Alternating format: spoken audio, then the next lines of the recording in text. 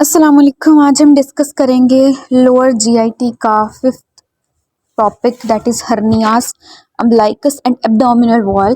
पहले हम लोग हर्निया को ओवरऑल देख लेते हैं कि हर्निया कहते किसको हैं। बेसिकली हमें इंग्वाइनल हर्निया पे हमारा मेन फोकस होगा, लेकिन फ़िलहाल हम जनरल ओवरव्यू देखते हैं कि हर्नियास होते क्या।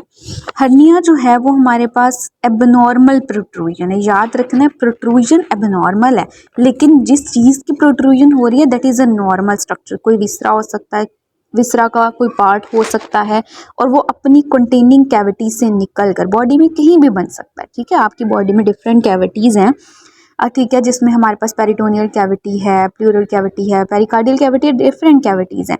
अब किसी भी कंटेनिंग कैविटी के अंदर, अब फॉर एग्जांपल कोई भी कैविटी है, उसके अंदर जितने भी विसराज हैं उनमें वो सारे विसराज नॉर्मल स्ट्रक्चर्स हैं।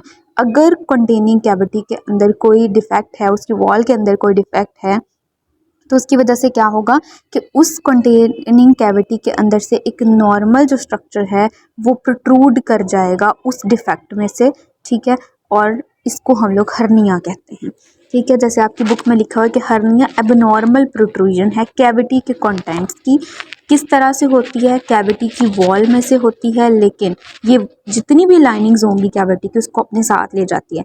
अगर हम लेट्स सपोज इंग्वाइनल को यहाँ पे कंसीडर कर लेते हैं, आपको पता है एब्डोमिनल कैविटी है आपकी। ठीक है, एब्डोमिनल कैविटी में डिफरेंट स्ट्रक्चर्स पड़े हुए हैं। लेट्स सपोज के ये इंटेस्टाइन पड़ी हुई है, लूप ऑफ इंटेस्टाइन पड़े हुए हैं। अब इस वॉल के अंदर, अगर एब्डोमिनल कैविटी की वॉल के अंदर आपको पता है इंटीरियर वॉल है, पोस्टीरियर वॉल है। अब जो वॉल है ना आपके एब्डोमिनल कैविटी की, उसमें सबसे पहले सबसे ऊपर हमारे पास स्किन आ जाती है, उससे नीचे सुपरफिशियल फेशिया आता है, फिर एक्सटर्नल ओब्लीक मसल आ जाता है। इसके अलावा हमारे पास फिर इंटरनल ओब्लीक आ जाता है, और फिर ट्रांसवर्सैलिस फेशिया आ जाता है। ये ट्रांसवर्सैलिस मसल बेसिकली आ जाता है। ठीक है, इसके अलावा पेराइटल पेरिटोनियम, फिर नीचे जाके जो आपकी कैविटी है ना पेरिटोनियल कैविटी, उसकी बाहर वाली लेयर पेराइटल पेरिटोनियम आ जाती है। ठीक है, फिर उसके अंदर डिफरेंट स्ट्रक्चर्स पड़े हुए होंगे। अब ये आपको मैंने बताया इंटीरियर एब्डोमिनल वॉल की बात की। लैटरल एब्डोमिनल वॉल में कुछ और मसल्स होते हैं। ठीक है, पोस्टीरियर एब्डोमिनल वॉल में कुछ और मसल्स होते हैं। ठीक है, फॉर एग्जांपल मैंने आपको बस एक एग्जांपल बताई है। अब अगर तो इस एब्डोमिनल कैविटी, ये जो जितनी भी लेयर्स हैं, इनके अंदर किसी भी लेयर के अंदर कोई डिफेक्ट होगा तो उसमें से क्या करेगा, फॉर एग्जांपल ये लूप ऑफ इंटेस्टाइन यहाँ से इस कैविटी के अंदर पड़ा हुआ था, तो फॉर एग्जांपल यहाँ पर डिफेक्ट है, किसी भी स्ट्रक्चर के अंदर, किसी मसल के अंदर डिफेक्ट है, किसी भी वॉल ऑफ कैविटी के अंदर डिफेक्ट है, जिसकी वजह से ये जो लूप ऑफ इंटेस्टाइन है ये निकल के बाहर प्रोट्रूड कर जाएगा। और ये जितनी भी लाइनिंग्स मैंने ड्रॉ की ना, ये जो भी कंटेंट, फॉर एग्जांपल ये इंटेस्टाइन का कंटेंट प्रोट्रूड कर रहा है, तो जो इंटेस्टाइन प्रोट्रूड कर रही है उसके बाहर ये वाली सारी लेयर्स जो हैं वो लूप ऑफ इंटेस्टाइन अपने इर्द गिर्द इकट्ठी करके साथ ही ले जाएगा। ठीक है, होप सो मैंने इसको काफ़ी ज़्यादा एक्सप्लेन कर दिया कि ये क्लियर होगा अब। अच्छा, अब हर्निया जो होती है उसकी कॉम्पोजिशन क्या है? हर्निया जो होता है उसमें 3 पार्ट्स होते हैं। एक हमारे पास सैक होता है, ये आपके पास ड्रॉ किया हुआ है। ठीक है, ये क्या है? ये सैक है। इसके अलावा कवरिंग होती है एक सैक की, जैसे मैंने कहा कि जितनी भी उस कैविटी की वॉल की जो भी लाइनिंग्स होंगी ना, जो मसल होगा, जो फेशिया होगा, जो भी होगा, वो सारा कंटेंट अपने साथ ही सैक जो है वो अपने साथ ही एज अ कवरिंग उन सारी चीज़ों को ले जाएगा बाहर, जितनी भी कवरिंग्स थी उस कैविटी की।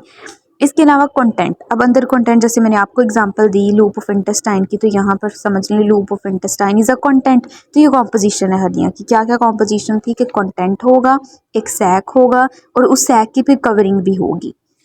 फिर वो बात करते हैं कि सैक जो होता है ना हर्निया का, ये डाइवर्टिकुलम है पेरिटोनियम का। ठीक है, जो सैक है ये पूरा का पूरा जो हमने ये वाला ड्रॉ किया, ये क्या था? ये सैक था। अब इस सैक का भी फर्दर उसने ड्रॉ करके आपको बताया हुआ है कि ये जो सैक है इसका भी माउथ होता है, फिर उसकी नेक होती है, एक बॉडी होती है, और फंडस होता है। 4 पार्ट्स हैं उसके। इसके अलावा नेक जो होता है वो ये वाला पोर्शन ये यूजुअली वेल डिफाइंड होता है। ठीक है, लेकिन हर्निया के अगर हम टाइप्स पढ़ते हैं ना, आपकी जो इंग्वाइनल हर्नियाज उस पर डायरेक्ट और इनडायरेक्ट 2 टाइप्स होती हैं। तो जो डायरेक्ट इंग्वाइनल हर्नियाज होते हैं उनके अंदर नेक इतनी वेल डिफाइंड नहीं होती, यानी बहुत ही नैरो सी नेक होगी उसकी, जिसकी वजह से जाहिर सी बात है हमारे पास क्या होगा कि स्ट्रेंगुलेशन हो सकती है। ये जो अंदर कंटेंट होगा ना, यहाँ पर कंटेंट आया होगा, for example loop of intestine गुजर के आ रहा है, तो नेक बहुत ही नैरो है जिसकी वजह से स्ट्रैंगुलेशन हो सकती है। स्ट्रैंगुलेशन मतलब कि ब्लड सप्लाई नहीं पहुंचेगी, ये जो लूप ऑफ इंटेस्टाइन अंदर आ गया जिसकी वजह से ये वाला पोर्शन जिस एरिया को ब्लड सप्लाई नहीं पहुंच रही लूप ऑफ इंटेस्टाइन को, वहाँ पर नेक्रोसिस स्टार्ट हो जाएगी। उसके बाद आ जाता है कवरिंग्स। कवरिंग्स जो होती हैं वो अभी मैंने आपको बहुत एक्सप्लेन किया है कि जो कैविटी की सारी लेयर्स है ना, जब सैक या कंटेंट कोई भी जैसे लूप ऑफ इंटेस्टाइन आ रहा है तो वो पेरिटोनियल कैविटी की जो भी लाइनिंग है उसको अपने साथ, जितनी भी लेयर्स हैं उसको अपने साथ एज अ कवरिंग बना के ले जाता है। नेक्स्ट आ जाता है कंटेंट्स। कंटेंट्स में हमारे पास क्या आता है, स्ट्रक्चर्स होते हैं कैविटी के। ठीक है, मैंने तो यहाँ पे बार बार लूप ऑफ इंटेस्टाइन की एग्जांपल दी, लेकिन एब्डोमिनल कैविटी में से कोई भी स्ट्रक्चर जो है वो प्रोट्रूड करके आ सकता है। ठीक है, क्योंकि हम मेनली इंग्वाइनल हर्नियास को डिस्कस कर रहे हैं, उसमें कॉमनली लूप ऑफ इंटेस्टाइन ही आ रहा होता है, तो इस वजह से मैंने उसकी एग्जाम्पल दी। फिर क्लिनिकल क्लासिफिकेशन आ जाती है एब्डोमिनल हर्नियास की। अच्छा, पेपर में अगर आ जाए तो क्लासिफिकेशन ऑफ एब्डोमिनल हर्निया आपने ये वाली नहीं बतानी होती, आपने एब्डोमिनल हर्निया की क्लासिफिकेशन ये वाली मेनली बतानी होती है। ठीक है, जिसमें कॉमन है और रेयर है, लेकिन हम बुक पे लिखा हुआ इसलिए इसको रीड कर लेते हैं। Clinical classification of abdominal hernias में हर्निया को कहते हैं 4 टाइप्स में डिवाइड किया जाता है। एक रिड्यूसिबल हर्निया होता है। रिड्यूसिबल नाम से जाहिर है ऐसा हर्निया, हर्निया क्या था, प्रोट्रूजन थी ना, प्रोट्रूजन हो रही थी। अब ऐसा हर्निया जिसको रिड्यूस किया जा सके, या पेशेंट खुद रिड्यूस कर ले या सर्जन रिड्यूस कर दे, या इटसेल्फ ही वो हर्निया रिड्यूस हो जाए, उसको हम रिड्यूसिबल कह रहे होते हैं। ठीक है, और या फिर ऐसा होता है कि हर्निया जो है वो जब पेशेंट लेट जाता है तो फिर वो रिड्यूस हो जाता है, जब खड़ा हो जाता है तो वो दोबारा से वो प्रोट्रूजन बाहर को आ जाती है। ठीक है, प्रोट्रूड कर जाता है फिर से वो सैक। या फिर ये भी हो सकता है कि ये ना कफ करने पर एक्सपैंड करता है। ठीक है, आप पेशेंट को कहते हैं कफ करे, जब वो कफ करेगा तो वो एक्सपैंड करेगा, जो स्वेलिंग सी होगी ना वो एक्सपैंड कर जाएगी कफ करने पे। नेक्स्ट है इरिड्यूसिबल हर्निया। हर्निया के कंटेंट्स, जाहिर सी बात है नाम से जाहिर है, इसमें हर्निया के कंटेंट्स जो है वो रिड्यूस नहीं हो सकते। ऐसा क्यों होता है?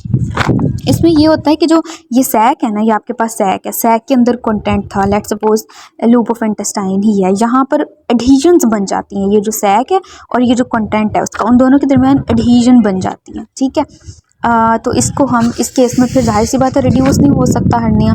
और इसके अलावा अगर जो इरिड्यूसिबल हर्नियाज होते हैं उनके अंदर ज़्यादा चांसेस होते हैं स्ट्रेंगुलेशन होने के। नेक्स्ट है जी ऑब्स्ट्रक्टेड हर्निया। ऑब्स्ट्रक्टेड हर्निया हमारे पास क्या होता है कि ये भी इरिड्यूसिबल हर्निया ही है, लेकिन इसमें बावल ऑब्स्ट्रक्टेड होगी। ये आपके पास सैक था, उसके अंदर क्या थी, बावल थी। ठीक है, लूप ऑफ इंटेस्टाइन था, ये आपके पास लूप ऑफ इंटेस्टाइन है, लेकिन यहाँ पर ये लूप ऑफ इंटेस्टाइन जो है वो ऑब्स्ट्रक्टेड होगा, बावल ऑब्स्ट्रक्टेड होगी। लेकिन याद रखना है ब्लड सप्लाई उसकी नॉर्मल होगी, इसको जो ब्लड सप्लाई आ रही है इस लूप ऑफ इंटेस्टाइन को बिल्कुल नॉर्मल आ रही है, लेकिन इसकी ऑब्स्ट्रक्शन में भी यहाँ पर कोई फीकल मैटर था जिसकी वजह से इस लूप ऑफ इंटेस्टाइन की ऑब्स्ट्रक्शन हो गई है। कहते हैं ऑब्स्ट्रक्शन और स्ट्रैंगुलेशन को क्लिनिकली डिस्टिंग्विश करना थोड़ा मुश्किल हो जाता है, इसलिए आपने एज्यूम कर लेना है, अगर ऑब्स्ट्रक्टेड हर्निया आपको मिल जाता है तो आपने खुद ही एज्यूम कर लेना है कि भाई स्ट्रैंगुलेशन होने वाली है इसकी और हमें इसको जल्दी से जल्दी मैनेज करना चाहिए।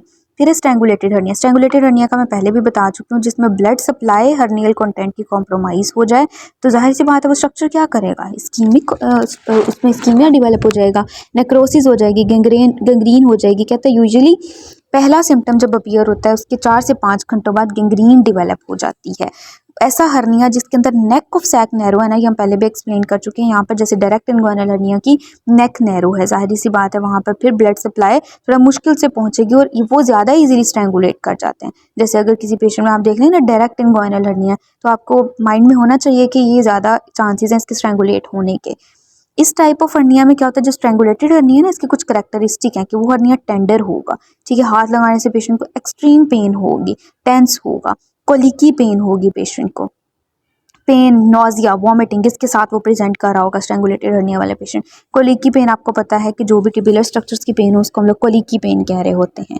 ठीक है, इसके अलावा और ये वाला हर्निया जो है वो कफ करने पे भी एक्सपैंड नहीं करेगा। ठीक है, और इरिड्यूसिबल भी होगा। जो स्ट्रैंगुलेटेड है वो इरिड्यूसिबल होगा, कफ करने पर एक्सपैंड भी नहीं करेगा। और इसके अलावा पेशेंट किस तरह से प्रेजेंट करेगा उसकी भी हमने बात कर ली। फिर एक्सटर्नल एब्डोमिनल हर्नियाज जो होते हैं, अच्छा वैसे हर्नियाज 2 टाइप्स के हैं, एक इंटरनल हर्निया होता है, एक एक्सटर्नल हर्निया होता है। जो इंटरनल हर्निया है ना, उसका मतलब ये है कि एब्डोमिनल कैविटी है या आपकी, ठीक है, ये हमारे पास लेट्स सपोज कि ये एब्डोमिनल कैविटी है। इस एब्डोमिनल कैविटी के अंदर जो एक इंटरनल हर्निया, एक एक्सटर्नल हर्निया। एक्सटर्नल हर्निया तो ये है ना कि यहाँ से लूप ऑफ इंटेस्टाइन कोई भी स्ट्रक्चर प्रोट्रूड करके किसी भी एबनॉर्मल डिफेक्ट जो है वॉल ऑफ कैविटी के अंदर उसके ज़रिए से बाहर आ जाए। लेकिन इंटरनल हर्निया वो हर्निया है जिसमें लेट्स सपोज कि जो आपका लूप ऑफ इंटेस्टाइन है वो नॉर्मली ग्रेटर सैक में प्रेजेंट होता है, ठीक है। यहाँ पर लेट्स सपोज के लूप ऑफ इंटेस्टाइन प्रेजेंट था, लेकिन ये नॉर्मल अपने स्ट्रक्चर से उठ के किसी और स्ट्रक्चर में चला जाए, ठीक है, उसको हम लोग इंटरनल हर्निया कहेंगे। बाहर प्रोट्रूजन नहीं हो रही, कुछ भी नहीं हो रहा, सारा जो प्रोग्राम है वो अंदर ही चल रहा है, कैविटी के अंदर ही चल रहा है, तो इसको हम लोग इंटरनल हर्निया कह रहे होते हैं। अब एक्सटर्नल हर्निया की वो बात कर रहा है कि इसकी टाइप्स क्या हैं। इसमें हमारे पास कॉमन और रेयर दो टाइप्स हैं। अब कॉमन वाले को आपने याद रख लेना, आपको पता है कि आपके एब्डोमेन को हम क्वाड्रेंट्स में डिवाइड कर रहे होते हैं, ठीक है, ये क्वाड्रेंट्स हैं, इस तरह डिवाइड कर रहे हैं। ये आपके पास एपिगैस्ट्रियम है, एपिगैस्ट्रियम के अंदर हर्निया होगा तो एपिगैस्ट्रिक हर्निया होगा, अम्बलाइकस वाले एरिया में होगा तो अम्बलाइकल होगा, अम्बलाइकस के अराउंड होगा तो पैराम्बलाइकल होगा। इसी तरह अगर हम इन्ग्वाइनल रीजन में आ जाएं तो यहाँ पर इन्ग्वाइनल हर्निया होगा, और फेमरल हर्निया भी हो सकता है, फेमरल कैनाल में से अगर स्ट्रक्चर्स प्रोट्रूड कर रहे हैं तो, ठीक है। ये आपने इसकी एक स्ट्रक्चरल एनाटॉमी के हिसाब से याद रख लेना कि कॉमन हर्निया ये वाले होते हैं। रेयर जो होते हैं उसको आप गॉसिप, लंबर गॉसिप निमोनिक से याद रख सकते हैं। जी से ग्लूटियल शार्टिक हर्निया, ओ से ऑब्चुरेटर हर्निया, एस से स्पाइजीलियन हर्निया, आई से इंटरस्टिशियल हर्निया, पी से पेरिनियल हर्निया और लंबर से लंबर हर्निया, ठीक है। इसकी मैं पिक्चर स्पाइजीलियन हर्निया की दिखाती हूँ। जो स्पाइजीलियन हर्निया होता है उसमें प्रोट्रूजन हो रही होती है कंटेंट्स की इस जगह से, या फिर आप कह सकते हैं कि herniation of abdominal contents through a defect namely Spigelian fascia, कि स्पाइजीलियन फेशिया होता है एब्डोमिन में, वहाँ से अगर प्रोट्रूजन हो रही है कंटेंट्स की, एब्डोमिनल कंटेंट्स की हर्निएशन हो रही है तो उसको हम लोग स्पाइजीलियन हर्निया कहते हैं। स्पाइजीलियन फेशिया ट्रांसवर्सिस एब्डोमिनिस और इंटरनल ओब्लिक के एपोन्यूरोसिस से मिलकर बन रहा होता है। So that was all. Inguinal hernia को हम नेक्स्ट डिस्कस करते हैं। Thank you very much.